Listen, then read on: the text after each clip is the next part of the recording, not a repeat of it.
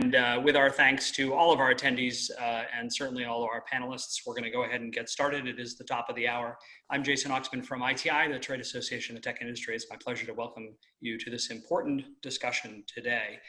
The tech sector has a very important role to play in finding solutions to the endemic racism and persistent discrimination at the root of recent tragedies like the senseless killing of George Floyd and too many Black and Brown Americans to count. Our industry is committed to listening to communities, to our employees, to our industry and our customers, and to being a part of meaningful societal change. And that's what we're here to talk about today, because at the same time that our industry is searching for ways to be a constructive participant in the dialogue and to contribute positively, governments at all levels are also looking at legislative and policy changes to address longstanding impacts of racial inequality. So while tech companies are renewing their commitment and focus to addressing social and racial injustice through their own internal practices and policies and priorities, which frankly could benefit from improvement, we also need to think about public policy solutions, changes that could make a difference. We're very fortunate to have experts on technology, policy, and civic engagement to help us think through, learn, and plan for action in response to these important issues. I'm going to introduce our guests to you. We'll have a dialogue, and then time permitting, I'll turn it over to our attendees for questions as part of that conversation. Jyotika Edie is founder and CEO of Full Circle Strategies. Forbes magazine has described Jyotika as the Olivia Pope of Silicon Valley. For those of you who aren't watching enough good television, Olivia Pope is the fixer on the great show Scandal. Jyotika is a leading voice in social impact tech and a pivotal force in drawing the connection between Silicon Valley and Washington, D.C. Larry Irving is president and CEO of the Irving Group. He served as the head of NTIA in the Department of Commerce in the Clinton administration and has served on numerous tech industry and communications industry boards of directors. He's worked as a consultant, a speaker, and evangelist in technology and policy and societal issues. He is widely credited, and he deserves this credit for coining the phrase digital divide, and certainly deserves credit for keeping it in the public focus to the present day. Dr. Nicole Turner-Lee is Senior Fellow and Director of the Center for Technology Innovation at the Brookings Institution. She's an expert on the intersection of race, wealth, and technology within the context of civic engagement, criminal justice, and economic development. And David Lusk is the founder of Key Advocacy. David specializes in developing and deploying grassroots and grasstops programs for associations, nonprofits, and corporations. He trains advocates and influencers through personal storytelling.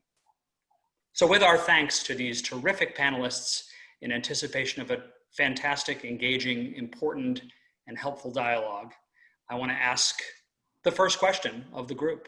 And I'll circle back to the top and I'll ask Jyotika to start us off. The moment in time that we find ourselves, the moment of time that creates an opportunity for dialogue, more importantly, an opportunity for action. What is the opportunity for the tech industry? And perhaps a better way to think about it, the question is, what is the obligation of the tech industry to call for and enact real change in this moment that we find ourselves? Jyotika, can I start with you? Well, first of all, thank you, Jason, for convening this very important conversation. And thank you to all that have joined this conversation. I'm deeply honored to be here amongst my fellow panelists. Many of them I have worked with and very much appreciate all of the great work and contributions that they have made to this important discussion. You raise a good point that we are in this unique and pivotal moment in our country right now. And there is not only an opportunity for the tech community, but there is an obligation for the tech community. I think, first of all, I think we're at a moment of just deep reflection and reckoning in our country. I think it's important not to avoid the fact that we got here because of years long of systemic inequalities, systemic racism that have been deeply entrenched even in the founding of this country. And so I think it's important for us to recognize that we didn't just flip a light switch, or the unfortunate incident that happened to Mr. George Floyd, which is not an incident, but it was a murder, in my opinion, and a brutal killing of this human being. It didn't just start there. But we've gotten ourselves in this place because there are just years and years of systemic racism and bias. And in this moment, as a tech community, as tech companies, there's an obligation, because the reality is that this nation is very much dependent on technology in the way that we communicate, technology in the way that we learn, technology, even in the entertainment and the movies and everything that we watch.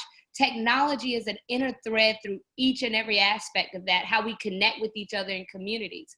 And so as leaders in technologies, as builders of this technology, we have an obligation to ensure that we are not a part of the problem, but we are a driver of the solution.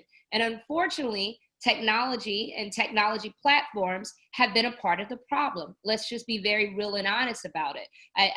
My friend and colleague, Dr. Nicole Turner-Lee, speaks about the algorithms that we build. We have the best intentions, but when the community and the leaders that are building those and developing those algorithms and thinking about the end user, if it's not diverse, sometimes the end result is one that is discriminatory. And we have to be honest about that. If we're in financial technology or in the fintech arena, the end result of the services and how those services result to communities can be discriminatory. And so we have an obligation to ensure that those that are building the technology is diverse, and that is making the decisions about those technologies is diverse.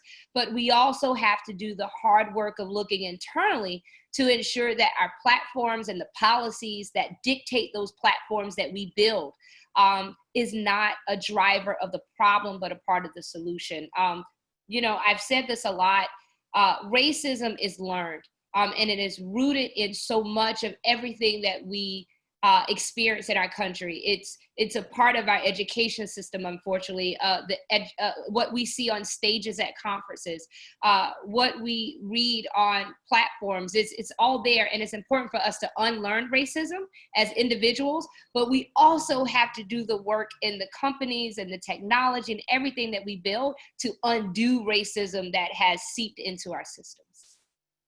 Nicole, the work that you do, the scholarship, the research, the writing at Brookings is very focused on this intersection that Jyotika mentioned between the technology industry and society. Can you talk to us a little bit about your thoughts on this moment in time and the obligation and the opportunity of the tech industry? Yeah, no, thank you, Jason, for having me. And thank you to all the esteemed panelists who are here with me. It's so good to see everybody through this Zoom workshop, the only way that we could actually see each other. And I want to thank everybody who's attending, because I think this is such an important conversation. Now, I want to pick up what Jyotika said. Like, this is a moment, but it's not really a moment. It's been part of a series of moments, probably dating about 400 years ago when we started slavery in this country. And what we're actually dealing with now is the fact that with everyone being home as a result of the pandemic, they were able to see what happened. And so I give kudos to technology's place in really broadcasting the injustices of this country, particularly sharing the horrible conscience in which we were actually laid. James Baldwin said there's so much beautiful stuff about America, I'm paraphrase, but there's also so many things that we really have to address head on. And so I think going forward, we have to look at technology in the space that it actually can either, embolden solutions that are related to the cure of the types of injustices that we've seen, or where they can amplify, much what like Jyotika said, the biases that actually seep into why we are still where we are today. And so what I would suggest as people start to think about this moment of time, as a tech company, it's important for you to think about, where were you before a George Floyd incident, and where are you going to be afterwards? Where were you before a pandemic actually opened up the layers of systemic inequalities that we are now seeing? From the digital divide, of which a shameless plug, I'm writing a book about that will be out next spring, but also to the extent to which we're seeing this layering of economic health inequities, as well as, just general micro transgressions that continue to actually find a place in our American society and even globally. And so as a company, it's important, and I've been telling companies this in the conversations that I've had, particularly our tech companies, to start thinking about how you reevaluate the practices that you have internally. Have you ever thought about these things when you're developing products and services? Have you come up with a checklist that doesn't look just at diversity at the table, but equity in the design and rollout of products? When I think about these things, when we're talking about representation, who is actually making decisions that is of an inclusive background? I had this opportunity, and I'll wrap up here, last year actually, to go to China. And I spent a week there by myself. And if you've ever been to China, you know they don't have a lot of Black and brown people walking around the streets of Beijing. I had all these people stop and take my photo. And at first I thought I was a rock star. I said, hey, paparazzi must have followed me from the United States. I'm just kidding. But what I realized as I was stopping to take all these photos, that people were taking photos of me and I wasn't taking photos of them. I soon, after about the 10th photo, decided that I was going to ask the Chinese people to take a photo with me. When that happened, I felt so much better, as if I was not just there walking through China as an African-American person and woman, but I was actually engaging in a reciprocal relationship. I share that story when I talk about this moment and I talk about diversity. As companies begin to try to process what is happening in our society when it comes to race relations and the questions and the complications of not being there or trying to figure out ways to actually ensure more equity, bring equity in terms of reciprocal power and influence and decision-making into your boardrooms as well into your frontline positions.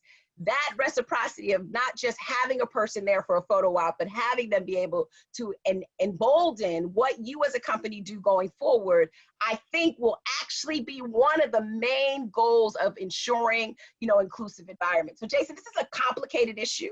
As a sociologist, I would love to unpack, the origins of race and racism, but I think for the audience that you have today, you can make a difference. But to make a difference beyond this moment and to bring it into perpetuity, it's important that companies realize that they have to be part of the structural change. And internally, they have to make those decisions that push beyond just seeing a face, but really ensuring equity in all of the types of, from program design all the way down to execution and implementation. It's important to have people at the table. Larry, you've been working on these issues for a very long time, both as a policymaker, trying to get companies to do better from the government role and also from the private sector, from boards of directors, and you're speaking and evangelism on behalf of the industry doing better. What's your message today to the tech industry and what we need to be taking on as our obligation and challenge? Oh, you're muted, Larry. Thank you, Jason, and thank you, ITI. It's an important conversation, and to your point, I've had the benefit of having the perspective from as a regulator, as a board member, as an entrepreneur doing a startup, as an executive of, at the time, the largest tech company in the world.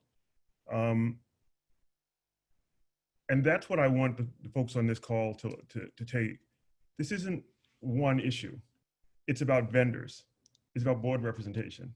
It's about employment. It's about internship. It's about fellowship. It's about making sure that, as Nicole has talked about, the products are designed the way that all of us want to, but it's also about market opportunity. This should be eleemosynary. This should be something we want to do because it is the right thing to do, but it's also something we should do because there is a huge market that's not being captured and not being beneficiaries of this great technological revolution. I'm from New York City, born and raised. 40% of the businesses, the small businesses in New York City, don't have access to 1 gig broadband. Basic in New York City. Now, if you go to Manhattan, 100% of the businesses in Manhattan, downtown, have that. In Southeast Queens, in Brownsville, and the Bronx, 40% of the businesses, and that's 80 to 90% of the Black and brown businesses in that community. Who in the tech community made the decision that we're going to take the richest city in the country and we're not going to give the benefit of this broadband revolution to the Black and brown small business people that are trying to serve these communities? There's $3.5 to $4 trillion of market spending power in just the Black and brown. That's not adding the Asian immigrant communities, not adding the Native American community, just Black and brown at 3.5 to 4. We should do the right thing because it's the right thing. We should do the right thing because all of us are looking what happened to George Floyd, and we know what's happened to Breonna Taylor, and we know all the others who are unnamed, that the same thing has happened. but we should also do the right thing because there's an opportunity here.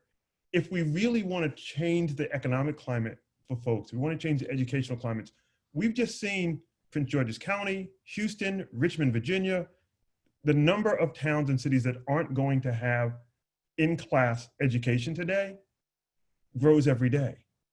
And yet, if you're talking about where I grew up again in Queens, 43% of the homes with children in Queens don't have broadband access or don't have a computer or both. This is going to be something between 1/24th and 1/10th of the entire education of a bunch of kids in New York who won't get educated. And this industry isn't making the investment, isn't thinking about those kids as they're making decisions. I know other people want to talk, but what I want folks to realize, this is a holistic problem. It's not a whack-a-mole. You can't look at just the boards or just the employment or just redlining. You've got to look at everything. And if your company isn't focused and hasn't put the diversity, inclusion, and equity as part of its DNA, they're going to fail. One last point.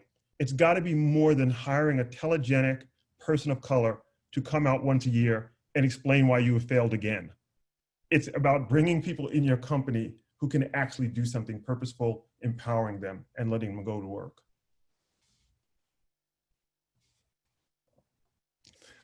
Thanks, Larry.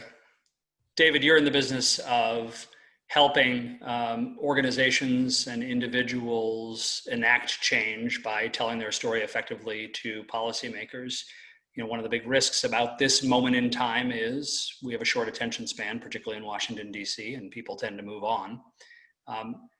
How do we make use of grassroots, grasstops initiatives? How do we keep this story alive? How do we tell the story in this moment before we lose people's attention in state capitals in Washington, D.C.?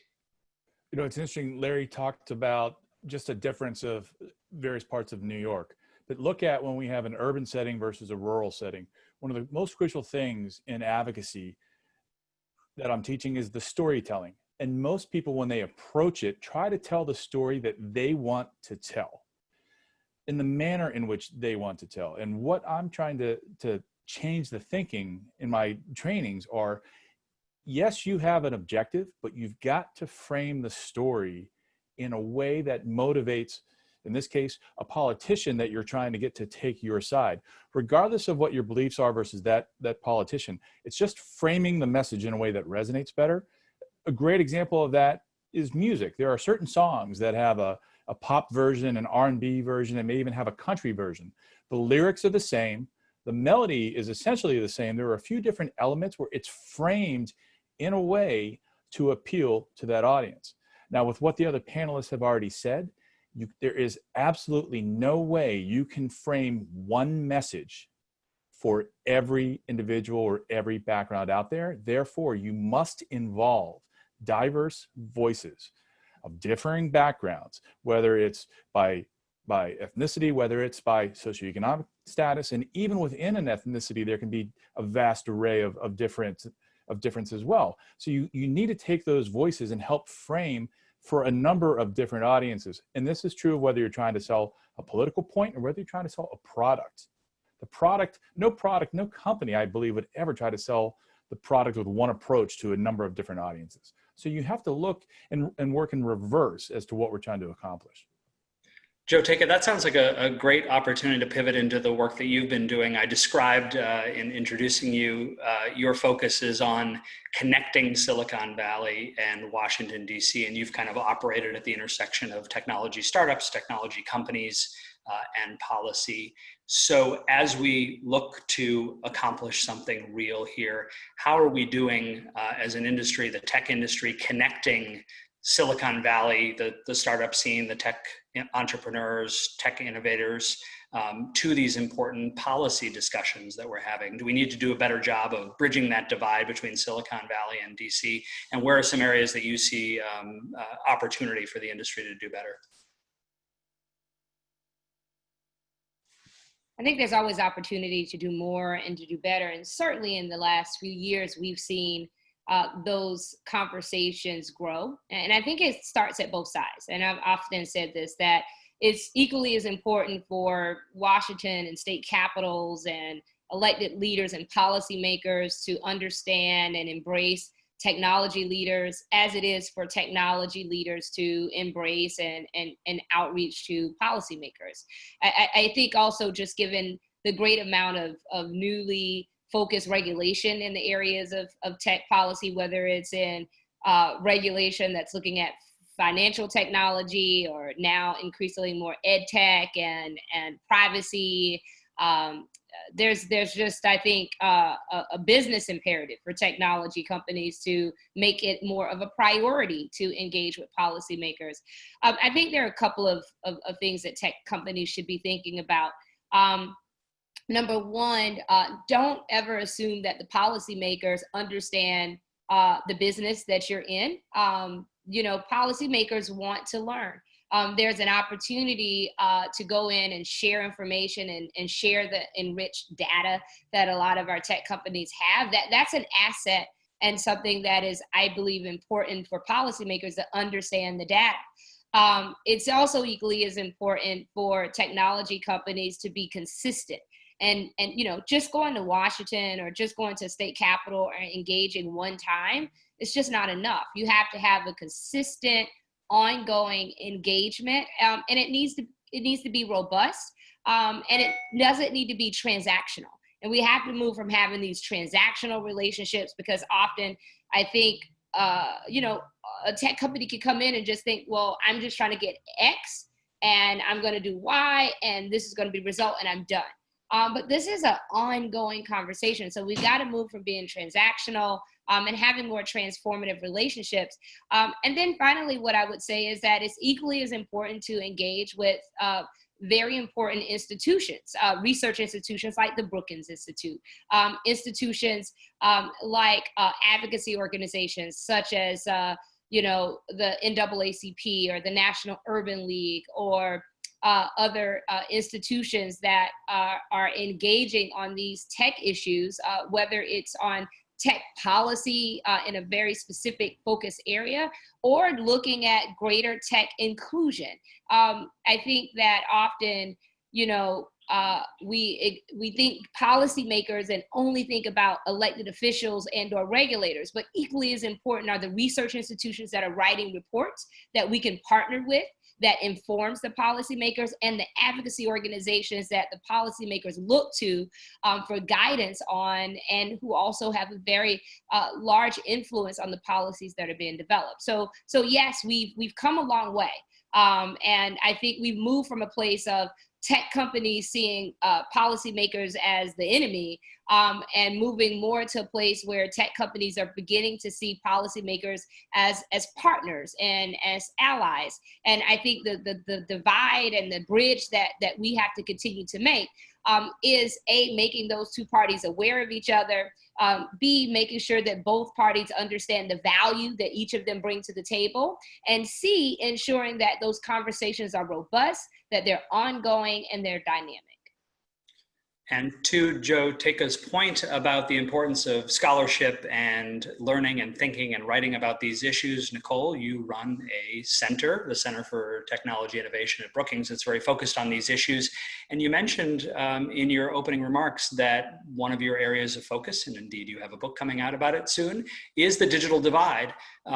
Larry gave a couple of very powerful examples of how we are letting people fall on the wrong side of the digital divide. And in the current pandemic, where we're all working from home and students are struggling to learn from home, the digital divide is more of a challenge than it has been at any point in our history. Can you talk to us, Nicole, a little bit about your research and writing about the digital divide, what we can expect to see in your book, and what you're focused on in that area? Yeah, no, I mean, I think this is a great question, and thank you for helping me with my shameless plug of my book. The title is Digitally Invisible: How the Internet is Creating the New Underclass. And I want to say kudos to my friend Larry, because, he's been really out there talking about this, and I have this fortunate opportunity to be at Brookings with Brookings Press to put out this piece. And going back to David's question, I mean, part of the book involved a seven-city tour prior to the pandemic. and I was able to meet real people who articulated outside of the Beltway just how important it is to actually be online versus inline when you start looking at the migration of services to digital. And I want to speak to that point too, because I think Joteka brought up some good points, and Larry as well as David around this. I mean, we've always talked about tech companies in terms of the performance that they have had when it comes to hiring. And I mean, and it's no secret what the performance is. I mean, we do not see the percentage of people in positions that look like Black and brown people. And that's a problem. And it's still going to continue to be a problem until we begin to see this push to be able to do that. And I do agree with Larry. There should be no way that an inflection point where a man had to die, along with the countless others African-American men had to die, and women at the hands of the police, that this should be the point to say, hey, we need to do more stuff around diversity. You need to do diversity because it actually pays off. And that as technology becomes more diffused into our general society, we buy and we actually consume the same products as everybody else. And post-pandemic, when we ever get out of this stuff, we're actually going to see this new normal be a new digital normal. And that new digital normal has the possibility, which is the subject of my book, to actually take people off the grid when it comes to living in this new digital world. I mean, think about it. We had to close over 100,000 schools, leaving 53 million school-aged children at home. There were kids, about 12 to 15 million, that did not have broadband access. And in some of those communities, in some of those households, we're looking at 35% of those families that had one access for the adult as well as their other siblings. That is, to me, an abject failure on the part of us to see just how important technology is. And so we're in this opportune moment where digital divide, which used to be a problem before the pandemic, went from being 7th to maybe number 1 in terms of the minds of people. And I would suggest to all the companies sort of listening and other people listening today, I think balancing out this diversity question, the diversity among what we need to do within companies, and then beginning to look at what do we need to do to have a commitment to communities is equally important. We're not doing our job if we still have, 11 to 12 million kids that cannot get access to remote learning during a time of a public health crisis where the high likelihood that they will not be able to go back to school is going to happen. And so I would really implore groups to start thinking about, I mean, we're an incestuous group. I've been in this about 25 years like everybody else. When our issues come up, we just want to deal with our issues, right? We want to deal with privacy, we want to deal with this, and we tend to be dogmatic about it in the tech and telecom community because these are the issues that matter to us. But we got a huge wake-up call that actually the issues that matter to us actually intersect with every other issue in society. And we saw during this 3-month national pilot of where tech was most useful, that it was very heavily reliant in commerce and education and financial services. You name the industry, we needed tech to do that. And so, Jason, to your question in terms of how do we address the digital divide, I would actually put it before people to start thinking about what is the social responsibility or the corporate responsibility around these issues. There are plenty of companies, I have to say, I applaud them for stepping in to give tablets and other things. But we need to, as we're talking about with diversity, have this long-term and long game, right, when it comes to these issues. Because the responsibility of universal service to ensure that everybody benefits is on all of the companies that participate in the ecosystem. And so that could be radical to some to start reimagining that. But to me, as we come out of this pandemic without access, and I'll just go back to students, without access to digital, there are going to be a whole lot of Black and brown students that will be behind in their educational trajectory towards success.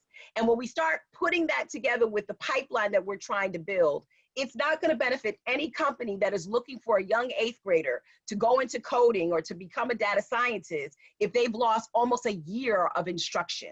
And so I think, again, we need to start melding these two issues together and really say that we're all in this to make sure that America generally is much more competitive when it comes to digital space. It's like Larry said, it's a benefit for everybody. If we do diversity right, it benefits all. If we get this part around what does responsibility to all communities look like, we actually benefit all as well. And Larry, I want to ask you to pick up on that. I wish you got a dime every time someone used the phrase digital divide, because it'd be a richer man. You do. I really do. But I want to ask you to pick up on Nicole's excellent point, actually in two areas, both of which you alluded to in your opening remarks. One is the digital divide. So why, after you've been banging the drum on this for more than 25 years, why are we still not where we need to be to make sure that all communities have access to broadband? And why do some policymakers still say broadband is a luxury, it's not a necessity? And two, to Nicole's point and your earlier observation about the importance of actually doing something on hiring and making employee and leadership positions at tech industry companies more diverse, how do we do that without making it look like I'm trotting out somebody looking, to your points about just, doing it because it's cool and because people are paying attention and then stopping it as soon as they stop? So a couple of things. Thank you. I apologize. I'm in a hotel in Front Royal, Virginia, because I'm on the other side of the digital divide this week. I'm staying in Flint Hill, Virginia, because my house is having renovations, and I had to drive an hour and a half to Fort, and some guy was walking my hotel room. 25 years ago, this week, we came out with the first report, Falling Through the Net. And in that first report, which kind of first identified the fact that there was an emerging digital divide, we identified race, income, education, age, and geography as the defining factors to whether or not people would have access to technology or not. Fast forward, the last reports from our friends John Horrigan, from the work Brookings is doing, from the work that NTIA is continuing to do, 25 years later, race, education, age, income, and geography are still what define whether or not people are going to be online. We live in a nation in which we're telling senior citizens that they can't interact with their families. I saw my mother exactly one time since March, because she's in assisted living, she's 90 years old, God bless her, and the only way she can interact with her great-grandchildren or children so that she doesn't die is over technology. And my mother's fortunate because she has technology. But we live in a country as rich as this country is, where 25% of Americans senior citizens over 65 don't have internet connectivity. In New York City, it's 45% of senior citizens in New York City don't have access to technology. I've been banging on this drum for 25 years. And I'll be honest, it's been a political issue. It's not been about equity, it's just been politics. And even more recently, there are some who try to define the digital divide as a geographic issue, as a rural divide. So we're going to spend $20 billion over the next year and a half at the FCC to cure the rural divide. And we should, because every one of us benefits when everybody else is online.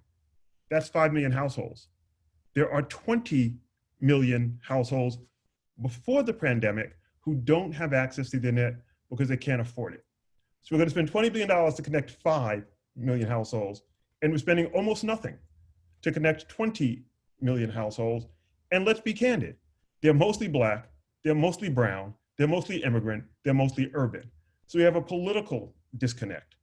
And I don't want to ever deny anybody in rural America because they may be a red state versus a blue state and I'm a blue guy. When I was at Commerce, everybody who didn't have access I wanted.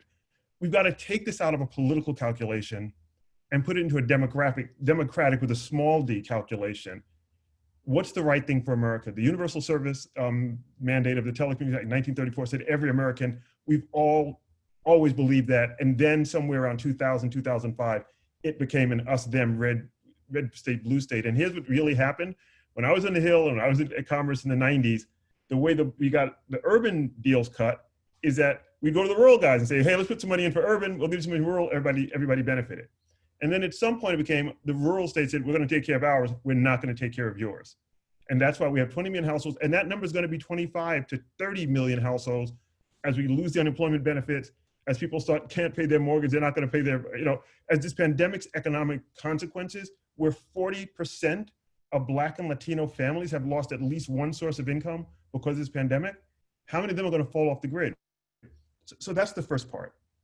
With regard to actually doing something, we've got to look at the FCC's rules and regulations, and we have this convoluted, crazy system there that goes back to the telephone era. We need to update it. We need smart people like the folks on this call who are listening to the call, and like you and others, to think, what would we do if we didn't have any policies to get people online? We don't have the ability with a health crisis, an education crisis, a jobs crisis, to say that anybody is not going to be online. So if we have to go to a general revenue issue, let's do that. But here's what I can assure you. Conversations are being had. I was talking to New York State just the other day about why don't we put a gigabit network into every school, every library, every public institution in every town, city, and across the country, and then throw a stick on top of those public institutions and give people in those cities free Wi-Fi. This isn't a new idea. This is an idea that goes back to the 90s, but there's no reason that every school shouldn't have a gig network. There's no reason every library should have a good network. And right now we've got kids driving to the parking lot to get to the hotspot. Why not make it have to drive to the library? We can sit at their home and using radio spectrum, unlicensed spectrum, the schools connecting, get those kids connected. A lot of other ideas like that. We need to start focusing on them right now. Can I jump in real quick, Jason, if you don't mind? Please, Nicole. So I totally agree. I think Larry has been beating the path like myself. I mean, since this pandemic, I think I've spoken to about 50 superintendents and different school board educators, et cetera. And I think it's so right what Larry is talking about. I think as we move forward into this new digital age, as I talk about oftentimes, analog is dying here. And as analog is dying, so are previous communication portals. And not only is analog dying and digital's replacing it, but we're also seeing digital do things that we've never seen them do before. It's connecting communities, connecting people to resources. It's allowing us to have what we've always imagined, which is a seamless interaction with much more efficiency, right? We're able to get stuff done. But as in the title of my book, it doesn't benefit anybody if people are not just digitally stuck, where they don't have the tablet or they don't have the training, but they're digitally invisible. When Michael Harrington wrote the book, The Other America, which inspired me to become a sociologist at Northwestern University, of which Larry's beautiful background is there, it had a lot to do with the fact that as people fell off of the roles of the employment roles, that we didn't know who they were. And I'm very, very curious about what Larry said in terms of when the stimulus checks stop, the extent to which that will stop as well in terms of people being able to, broadcast what their individual need is. As we go forward, I've got a blog coming out on what schools can do that incorporates a lot what Larry was talking about. But as I think about this issue even further, I think it's imperative, particularly, Jason, for the members of this association to start getting into the game more, start playing a role as a quarterback, start helping to be much more engaged, because we need everybody in. And we also need technologists to sit alongside school superintendents and employers and others to try to figure out how to do this right. We have traditionally had these conversations in silos. And so now you got school superintendents, and I'll end on here, who are trying to negotiate broadband contracts. That's not what they do. And I keep telling them, this is not your sweet spot, but they don't know how to start the process of bringing in the private and public sectors to have a really interesting conversation on that. So I think, again, going forward, we need to address this issue of digital, these digital deserts, as one that actually is sort of the drive for us to get to the next stage of our industrialization in this country, so that we can realize all of the benefits of what the digital economy has, and we won't leave people behind or invisible simply because they just do not have. In other words, we need to give the most to the people right now who have the least, so at least they can actually get onto the court and start engaging in the transactions and the activities that we're all doing now. I wanted to jump in, if I could jump in here a bit. Please, go ahead. And I know we've had, it's important. The digital divide is very real. And Larry, thank you for just the pioneering work on that. But I do think also, as we're solving this digital divide, we've got to also look at when people are, when we cross that digital divide, the platforms in which they're operating on, and the platforms that we're building. And I wanted to go back to this part of the conversation about what tech companies, the obligation that tech companies have in this moment. And I think it's imperative that we all are looking internally at our internal operations and at the platforms that we are building. It's just not enough to say, oh, we're going to do a lot to get people across the digital divide and close the digital divide and get them on these platforms, because that's a growth strategy. Let's just be very real and very honest.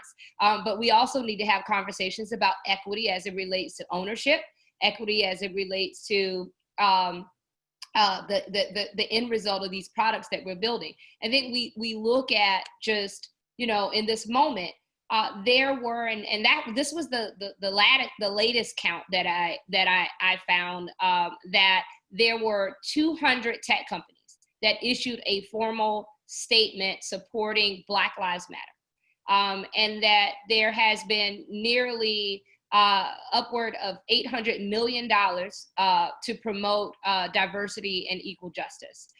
That's great, and that's wonderful.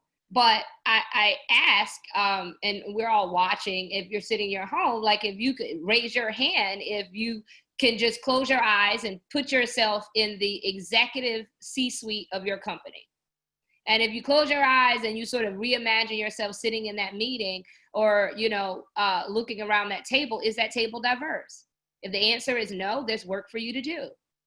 Take yourself again to your board meetings. Is that boardroom diverse? Is it reflective of that Black Lives Matter statement that was made? If the answer is no, there's work for you to do. Let's look at your management. Is that management, those that are making decisions, those that control budgets in your organization? Is that a diverse and inclusive reflection of our country? If that answer is no, there's work to do. It's not only just the right thing to do, but as Nicole shared earlier, it's a business imperative. 43% of the younger millennial generation in this country is diverse. So this country is browning. So the consumer base is going to demand that there's an imperative and a change, but we have to do the work now. And I think we have to look at not only and be very careful about performative activism. And that's a very dangerous road that I think that many companies might find themselves on. And performative activism is when you're doing it because it looks good and people are expecting you to do it. So you just want to do it so you get a pat on the shoulder. But as Nicole said, where were you before everything transpired in our nation, and where do you want to go? And that's the important work that has to happen. Getting from point A to point B is no different than how we move in tech companies and how we put a KPI or OKR around it and hold ourselves accountable to it. I think we have to have the same mindset when it comes to thinking about how we're becoming more inclusive. And I don't want us to get ourselves stuck in this service-oriented, while the service is very important, but this service-oriented community service type approach to how we're solving diversity and inclusion, or we're just going to have a great internship program and we're going to have diversity and we're going to work with historically Black colleges and universities, and look at us, we're on the march. But at the same time, your C-suite is not diverse, your board is not diverse, your management is not diverse, or the products that you're building have unintentional consequences of being part of the problem. There's still more work to do. And there's some companies, and I saw some of the RSVP listed, there's some of you that are doing the really hard work where they're co-founders and CEOs of companies that are leading, and they're doing wholesale movement work. There's one company that mentioned that they were moving from doing unconscious bias training to anti-racist training in their organization. A tech company. That's the type of work that we need to be thinking about, or thinking wholesale about how even your technology interacts with the police, policing, or public entities that might be contributing to the problem. I think we have to stop and not think of this as just a hiring and a people ops and a human resources category and or a social impact category, but it has to be the underlying aspect of your entire business operation from soup to nuts. And we also have to have some accountability and KPIs around it as well. Jason, you mentioned about the browning of America. The workforce is then going to be browning. Where are these technology companies going to find the talent that they need if they don't start to invest in differing communities to introduce technology to those who maybe aren't growing up with it? I mean, my parents were high school dropouts. If I didn't have an opportunity to get to a college because I played sports, there's no way I could be in Washington, D.C. right now. And it was providing that opportunity that I'm now paying into the system. Where will the talent come from if we don't reach out and maybe find someone who has a talent that they didn't know they had? They just need to get exposed to technology to be able to develop that, where if they don't have access to anything, they'll go in a different direction. But Larry, I cut you off. Go ahead. I'm sorry. I cut you off, and I just wanted to follow up to what Joteka, because I know some of us are going to be moving on. I've had the benefit of serving on 2 transition teams. I served on the Clinton Gore transition team and the Obama Biden transition team. I probably won't be asked this year, so I'm going to tell you what I would tell the Biden folks. As they're doing the Build Back Better program, what they really ought to be doing, and these are things I've actually done as a legislative aide and as an assistant secretary, they need to put metrics in. If we're going to give $800 billion to $1.5 trillion to build broadband, to look at fintech, to start doing R&D, then let's put some metrics against that for the companies that come to Washington and say, we want to be part of this. So if you want to get money out of that program, what's your board look like? Do you have vendor responsibilities? What's your employment look like? What's your C-suite look like? Are you actually investing in companies? Almost all of the major tech companies that I'm aware of now have venture funds.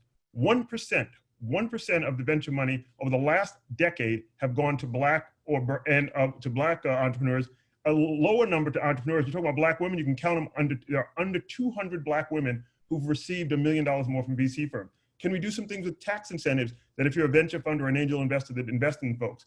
I am going to actually put proposals like that in front of people I know at the Biden policy team, and some I suspect will be in the transition. And here's the reality. The only time to kind of make those kinds of massive changes are at a new administration. Now, if Mr. Trump wins again, and I'm not trying to be partisan, none of this is likely to happen. But if Mr. Biden gets in, he's going to get in because of Black and brown votes.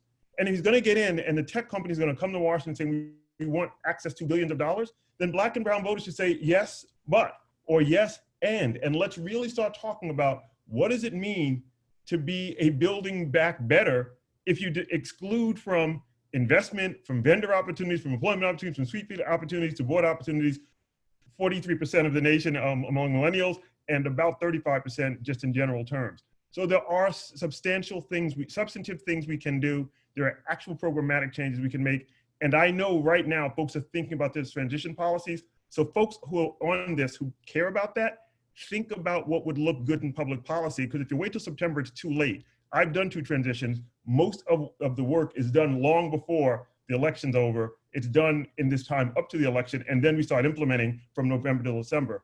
There's a $1 trillion opportunity, and I'm going to make sure that, or I'm going to do everything I can to make sure that if Joe Biden's elected president, I'm big on everybody I know to make sure that the tech industry is part of that, but they're part of it with a cost, and that cost is, this is the reckoning. Here's how we're going to do it, because having written the Cable Act, having worked on Conrail, having worked on lots of different diversity opportunities, it's generally not done without a little bit of a nudge, and sometimes not a gentle nudge, from the government.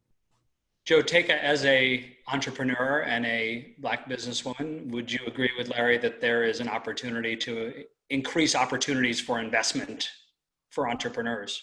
Absolutely. The numbers are staggering.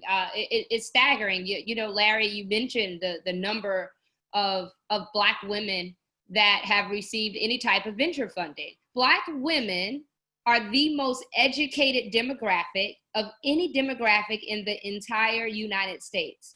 Black women's businesses, and we develop businesses at a higher rate than most others in this country and have very successful businesses. Yet we have received, as Black women, less than 0.1% of venture funding. That it just really, it baffles and blows my mind. And in some ways, you're like, you can't believe it. In other ways, you absolutely do believe it. And we have to do something about it. And then when you look at sort of the broader venture funding, but then you look back at who's giving out the venture dollars, who's the venture capitalists, and that's not diverse enough. But then I think we have to take a step back and look at, where does this venture money actually come from? And largely this venture money, often it comes from pension funds. When you look at where those pension funds come from, it comes from a lot of working class Black and brown folks. So here we have a scenario where, you know, if you go all the way back to the origins of where these resources are coming from, they're coming from working class, largely Black and brown working class communities. And then they get in the hands of folks that are not as diverse. And then the end result is that, you know, more diverse founders are not funded, or they have to jump through far too many hoops in order to get resources, where someone else that, you know, as a white male is going to get an opportunity just because they're just going to, you know, just get out there and try, and it's okay. And unfortunately, Black and brown founders are taught you have to be overly perfect in order just to ask for the funding. It doesn't, yeah. So I think that's a reality, and I think that as a Black woman, as a Black woman entrepreneur myself in business, and knowing so many other hardworking, smart, brilliant Black women that have a very hard time. I think we all should just look at the story of Jewel Burks, amazing Black woman, founded a great company, Part Pit. Tells the story of having a very difficult time in raising funds, did have a successful exit of that company, is now doing very well herself as a investor herself. But she tells the story of having been recommended to take a white male with her to pitch because it was difficult for her as a Black woman. So that goes back to my earlier point, that we have to fundamentally begin to unlearn and undo systemic racism and bias that is built in so much of what we do, that is built in just our tech ecosystem. We have to acknowledge it, we have to call it out, and we have to do the work to undo it. And help people understand. Go ahead. I'm sorry, Nicole. Go ahead, please. Yeah, I mean, and I want to make sure before we sort of wrap up this conversation, I want to segue off of what Larry and Joteka actually mentioned too. Why it's important to have diversity within the streams of capital funding, as well as diverse startup founders, is that actually trickles into the product development. And tech companies also have to be aware that there are products. I mean, just 2 days ago, the algorithm that was used to determine the International Baccalaureate diploma was sort of on the first page of the news because of the possible interaction of racial bias from, kids that come out of Queens that might be in an IB program that were being compared to kids that are in a private school that come out of a more affluent neighborhood. That is equally important because tech companies now have the new currency of the 21st century, which is data. And that data can be used. I mean, we talk about George Floyd, dying a very painful death by having someone's knee on his neck, a police officer who just did that in an egregious fashion. That is not as egregious, but it's almost similar to a person who applies for a loan online. And because of the inferences that come as a result of the computer determining that they are Black or brown, they don't get a loan. They don't get admission to a college or university. They find themselves being profiled, in terms of predatory products and services and interest rates. To me, as a sociologist, that contributes, I think, to the systemic inequalities that we see. So I would add to what everybody on this panel has said, which is to take that beyond just, the investment and the hiring to how we're actually creating, curating, and implementing products and services. The bottom line is that these products are ubiquitously diffused. And as people put more and more information, think about all of the data that has actually been contributed into these systems over the last 3 months. We are gonna know so much about individuals in terms of their buying behavior, whatever they've actually watched on media. Now it's up to us to also be good stewards of that information. And I'm not saying that we need to wait for federal legislation just to do that, but the new trust factor, and Jason, this is what I told you I was going to tell you today. When I sat on a panel with you at the Atlantic, you said one thing that I think everybody needs to hear. With the storefronts closing and the brick and mortar closing, it's important that tech companies build the trust and regain the trust of individuals as they go forward, because that trust is going to make or break a company. At the end of the day, we need these platforms to be responsible in many respects, or anybody who's taking anybody's data be responsible, so that we don't replicate and amplify stereotypes in a much more passive aggressive way than we've actually seen. That is no different from what we're doing every day, in terms of really killing the spirits and the aspirations of Black and brown people through systemic inequality. So I want to put that out there because oftentimes that sort of seeps in as an addendum. And in the work that we do at Brookings, we're all about trying to figure out how do you solve and address algorithmic bias. So going forward, I think, again, put that all together. For products that you cannot make or develop, find an entrepreneur that Joteka is talking about to come fill the gap. For people that may not be there to check and make sure that a product is equitable, find somebody on that staff that actually could be that person who could check in. But at the end of the day, it goes back to be that company that's going to ensure that people are equitably treated going forward. And to that point, I want to, and I know a couple of our panelists have to leave in about 90 seconds, but in those 90 seconds, just a couple of things I want to get in. David, you are about storytelling and helping people frame these issues. the disconnect that we've heard our panelists talk about here between people who are taking actions that they would not describe as racist and the racist impact of those actions reminds me of something I read about a campaign you did at Brown University to help them recognize that a policy change they were making that they claimed was race neutral actually wasn't. Can you tell us about that in just 60 seconds? Yeah, absolutely. My alma mater, I had been on the track team when I was in school. And in May, they announced that they were going to cut a number of athletic programs, one of which was the men's track and field and cross country programs. And they called it an excellence in athletics initiative. What ended up happening is they were going to eliminate the team that had the second most opportunities for Black male student athletes. They didn't look at that number. When we organized very quickly, within 12 days, we were able to overturn that decision because we shared with them what happened to the African-American male at a time during perhaps the most attention and acceptance of the Black Lives Matters movement. An Ivy League college was going to cut opportunities for Black males. My feeling is, my hope is that they just had the wrong individuals or didn't have enough diverse individuals on the conversations about this, but at least they were willing to learn. And by having more people in the conversation, they understood, and more diverse people, they understood the mistakes that they had made, and very quickly to their case pivoted back. Larry, last word to you. Can I ask you if we were to reconvene 6 months from now what you would want to see us use as our measure of success? That we didn't just, as you mentioned in your opening remarks, talk about it because it's cool to talk about it right now, but we actually did something. What are the KPIs? What are the measures of success? What do you want to see accomplished in 6 months, or maybe it's 12 months, or maybe it's 18 months? But what, if you're going to come back and look at the progress we've made as an industry and the things we've actually accomplished, what do you want to see as the measure of success? And unmute yourself before you answer, if you would, so we can. The metrics I'm looking at in the near term is I'd like to see whatever the new administration is, whoever comes back as president, to really have something meaningful, because I do think it requires legislation and policy action. Over the longer term, I'd look at board seats, I'd look at C-suite, I'd look at employees overall, particularly in the technical positions and not just the HR and administrative positions. I'd look at investment in new entrepreneurs. I'd look at the change in VC funding. There are very clear problems. If you look at the ones we identified over the course of this, Dr. Turner Lee, that David, Joe Jacob talked about, if we look at all those numbers are trending up, we're in a pretty good place. And I apologize that I have to leave, but I'm heading to another conversation about connecting some schools and libraries. I know you are. Thank you, Larry, for your time. Nicole, do you have 30 seconds to share your measures for us, what you'd like us to take a look at 6 months from now to see if we actually fulfilled the commitment?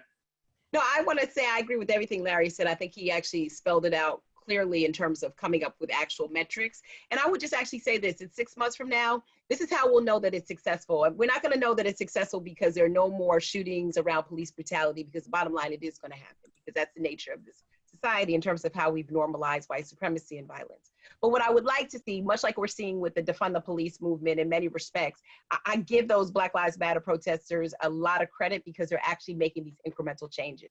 So in 6 months, if we can have Larry's metrics actually, fulfilled in some way or form, where we're actually seeing, I think, an equity scorecard around these issues and people are starting to be more transparent about that, I think that would be great. But I also want to see, and I'm not going to sit there and get too mushy on people, but I want to see that you really care. And I think we'll see that caring not from just how you're performing out externally, but if you have employees that are willing to have these complicated discussions and sort of reevaluate what they're doing internally, how they're managing their work streams to ensure that they're doing a checklist of these items so we can ensure that we never come to this space again. We're going to have problems. We're still going to have problems. Dr. King said it before he died. A lot of people have said that the problem, the American situation is something that's long-term. But if we can at least know that companies have taken this seriously enough to know that they matter and we all matter in this long game, I think I'll feel a lot better. Well, we look forward to making you proud. The technology industry takes these issues very seriously, and this is an important part of our dialogue and our learning and our ability and understanding about what we need to do to move forward. Dr. Nicole Turner Lee, our thanks and gratitude to you and Larry Irving and Joteka Edie and David Lusk. Thank you for taking the time out of your schedules to share your thoughts with us. On behalf of ITI, thank you to all of our participants in this important discussion. This is the first in a series, so we invite you to look for more and a continued conversation on important issues related to systemic racism and racial justice and the ability of the tech industry to help solve these important issues on behalf of our country. I'm Jason Oxman on behalf of ITI. Our thanks and gratitude to all participants and panelists, and look forward to talking to you again soon.